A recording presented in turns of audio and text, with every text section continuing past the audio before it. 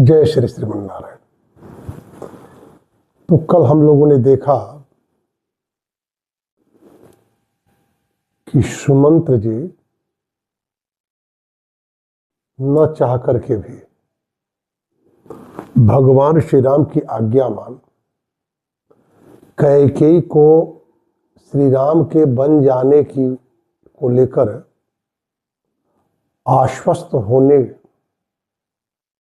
का अवसर उपलब्ध कराते हुए अयोध्या के राजभवन में महाराज दशरथ के सम्मुख प्रस्तुत हुए हैं। अयोध्या में महाराज दशरथ को राम की चिंता न हो, शोक न हो, यह ध्यान रखते हुए सुमंत्र को व्यवहार करने की आज्ञा दी थी। यह बात सुमंत्र ने बतलाई। कैकेयी के प्रति किसी प्रकार की दुर्भावना मन में न लाते हुए महाराज की आज्ञा अनुसार कैकेयी का अभिष्ट सिद्ध करने का प्रयत्न करने की आज्ञा प्रभु श्री राम ने दी है। सुमंत्र को यह बात सुमंत्र ने बतलाई। महाराज सुमंत्र के द्वारा कही हुई इन बातों को सुनते हुए एकाएक मूर्छित हो गए। देवी कौशल्या उन्हें सुमित्रा के सहयोग से सहारा देकर उठाई और महाराज से कही कि महाराज, राम के संबंध में जितनी बातें आप सुमंत्र से जानना चाहते हो जान सकते हैं,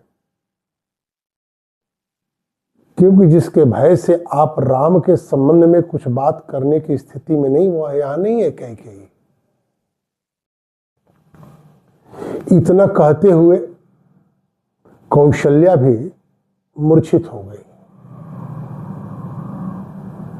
कुछ समय के बाद कौशल्या की भी मूर्छना दूर हुई, महाराज दशरथ की भी मूर्छना दूर हुई। महाराज दशरथ की जब मूर्छना दूर हुई, प्रत्याश्वस्तो जदा राजा मोहात प्रत्यागत स्मृति तदा जुहावतम श्रोतम राम वृत्तांत कारणात्। महाराज की स्मृति लौटी और श्री राम के संबंध में जानने के उद्देश्य से सुमंत्र को उन्होंने आवाज दी। तदा सूतो महाराजम कृतांजलि उपस्थितः रामम एवानुशोचनतम दुख शोक समन्वितम। महाराज दशरथ जब आवाज दिए उस समय अपने दोनों हाथों को बांधे हुए अंजलि बनाए हुए सुमंत्र जी वहीं खड़े थे। महाराज की दशा सुमंत्र से देखी नहीं जा रही थी। ऐसा इसलिए कि राम के संबंध में चिंतन के अतिरेक से, दुख और शोक से व्याकुल थे महाराज। राजा तु रजसा सूतम ध्वस्तांगम समुपस्थितम अस्त्रपूर्ण मुखम दीनम उवाच परमार्थवत। महाराज ने भी सुमंत्र की ओर देखा। सुमंत्र के सारे अंग धूल धूसरित थे। यह समझने में महाराज को देर नहीं लगी कि सुमंत्र बन जाने की यात्रा क्रम में भूमि पर ही सोए हैं।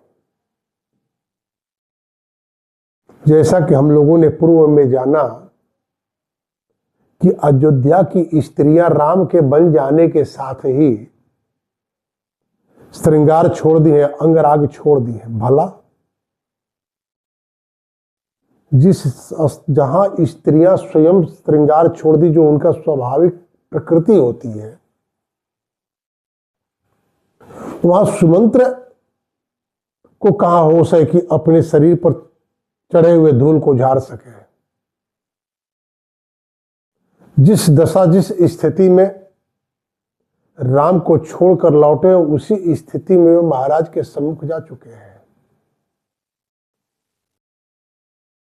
महाराज ने सुमंत्र को धूल धूसरित और विकल अंगों की ओर देखा। आंखों में आंसू भरकर दीनता भरे वाक्यों से आर्तता पूर्वक महाराज ने सुमंत्र से कहा,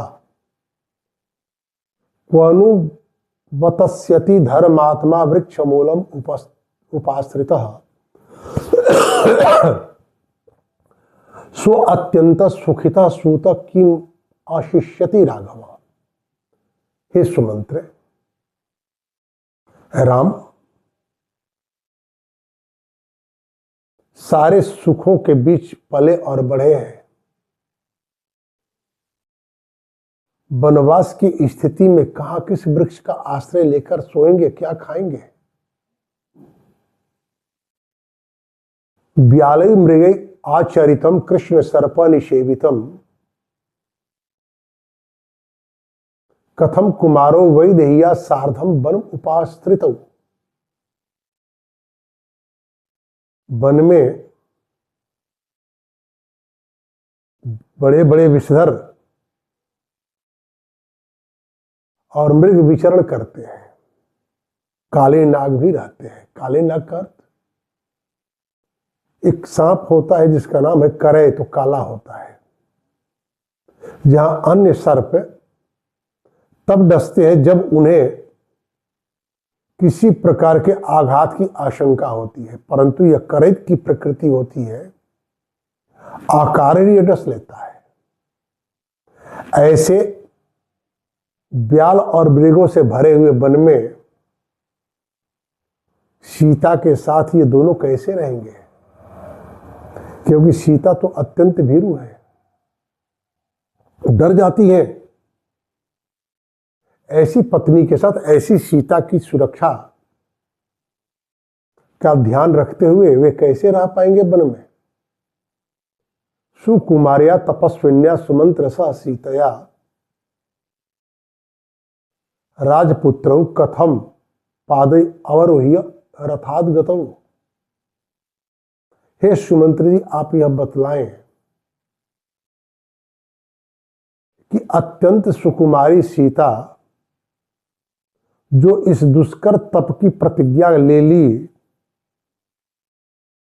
जब तक वो रथ पर होंगी तब तक तो उन्हें तपस्या वन गमन बड़ा सहज और सरल जान पड़ता होगा, लेकिन जब रथ को छोड़कर चली होंगी तो क्या उनकी दशा हुई होगी।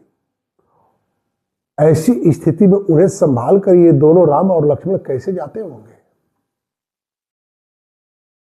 कवितावली में गोस्वामी तुलसीदास जी बड़ा सुंदर वर्णन करते हैं।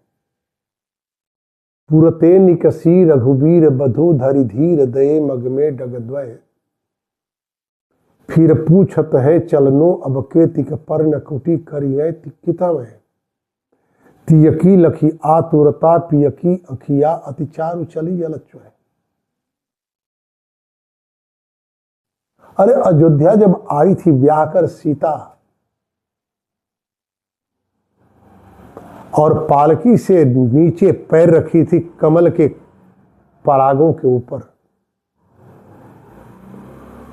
और सीता के कोमल पैरों में पराग के कण चुभे थे, ऐसे मानो कोई कांटा हो। उसी समय देवी सीता कि इस पीड़ा का भान कर मैंने प्रेरित किया कौशल्या को, और कौशल्या ने वचन दी मुझे कि पलंग से मैं नीचे नहीं उतरने दूंगी अपनी लाडली सीता को। राम समझाते रहे, हंस गमनी तुम नहीं बन जोगू, जिद कर ली मोह कहो भोग तू कहूं जोगू, और चली गई। ऐसी सुकुमारी सीता कुश और कंकड़ भरे मार्गों में जब चलेंगी, उनके पांवों में कष्ट होगा। मेरे राम और लक्ष्मण उनके सुख की क्या व्यवस्था कर पाएंगे? सुमंत्र जी, आप कृपया ये बतलाएं। किमुवाच वचो राम किमुवाच च लक्ष्मणः सुमंत्र वनवासाद्या किमुवाच च मैथिली। वनवास आरंभ करने के पूर्व ध्यान दीजिए, कैकेयी भवन में जब राम बन जाने की आज्ञा लेने के लिए आए हैं, सुमंत्र कहते हैं कि राघव शीघ्रता करें, क्योंकि आज से ही आपके वन वास की गणना आरंभ होगी। 2 दिन लगा था गंगा पार करने में, लेकिन 14 वर्षों की नियत की गई कैकेयी के द्वारा जो अवधि है वो कैकेयी भवन से निकलते समय से ही आरंभ हुई, सुमंत्र की इच्छा से।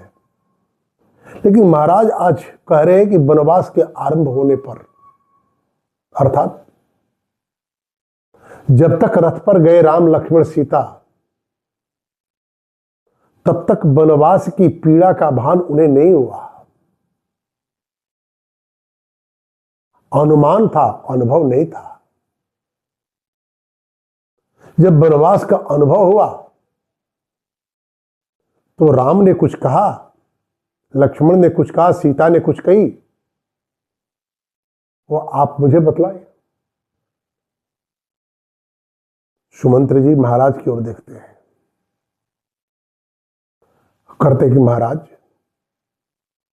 श्रुतम मद वचनात् तस्य तातस्य विदितात् मनः शीरसा बंदनीयस्य बंदेव पादौ महात्मनः। राम वनवास आरंभ करते समय मुझे लौटाए और उन्होंने मुझसे कहा कि सुत जाकर के मेरे वंदनीय महात्मा पिता के चरणों में मेरा पहले तो प्रणाम निवेदित करना है, और माता से विशेष रूप से कहना, धर्म नित्या यथा कालम अगण्यागार पराभव देवी देवस्य पादौ च देववत परिपालय। अपनी मां कौशल्या से विशेष रूप से राम ने कहा है कि मां, धर्म पालन में प्रमाद न होने पाए, अग्निहोत्र की अग्नि बूझने न पाए, और पिता आपके लिए देवता हैं, इनके प्रति आप देवता की तरह ही व्यवहार करें। अभिमानम चमानम च त्यक्त्वा वर्तस्व मातृषु अनुराजान अमार्यम च कैकेयीम अम्ब कारय। मां कैकेयी महाराज दशरथ महाराज पिताश्री के अनुराग की अधिकारिणी रही है। उनकी अनार्यता पर ध्यान न देते हुए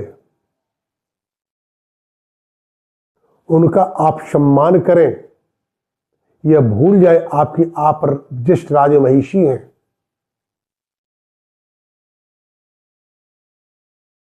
उनका सम्मान करें, उनकी अवज्ञा ना होने पाए। कुमारे भरते वृत्तिर्वर्ति तब्या च राजवत अप्य ज्येष्ठा ही राजानो राजधर्म अनुस्मरा। मां, भरत आपसे आयु में छोटे हैं, ये आप भूल जाए। बस आपको यही याद रखना है कि वे राजा हैं, और एक राजा के प्रति प्रजा को जैसा व्यवहार करना चाहिए वैसा ही आप व्यवहार करें उनके प्रति। कितना तीखा व्यंग है कि महाराज दशरथ के अनुराग की अधिकारिणी कैकेयी है। मां, आप भी तो कही थी कि कैकेयी के आने के बाद महाराज के किसी प्रकार के पुरुषार्थ का सुख मुझे नहीं मिला और मेरी स्थिति कैकेयी के दासी से गई गुजरी हो गई। ये महाराज के अनुराग को पाकर के ही तो इस तरह की स्थिति बनी थी कैकेयी के भीतर कि आपकी अवज्ञा करना आरंभ कर दी थी, भूल करके कि आप ज्येष्ठ राजमहिषी हैं। तो यदि आप आज तक इन सुखों के बिना ही अपने धर्म का पालन करती रही, अपने पति के प्रति अपने कर्तव्यों का पालन करती रही, जैसा कि महाराज दशरथ ने कैकेयी से कहा,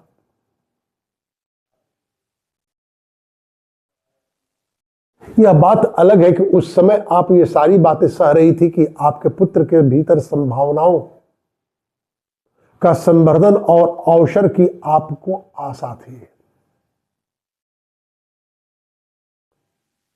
लेकिन 14 वर्ष के लिए मैं दूर हुआ हूं।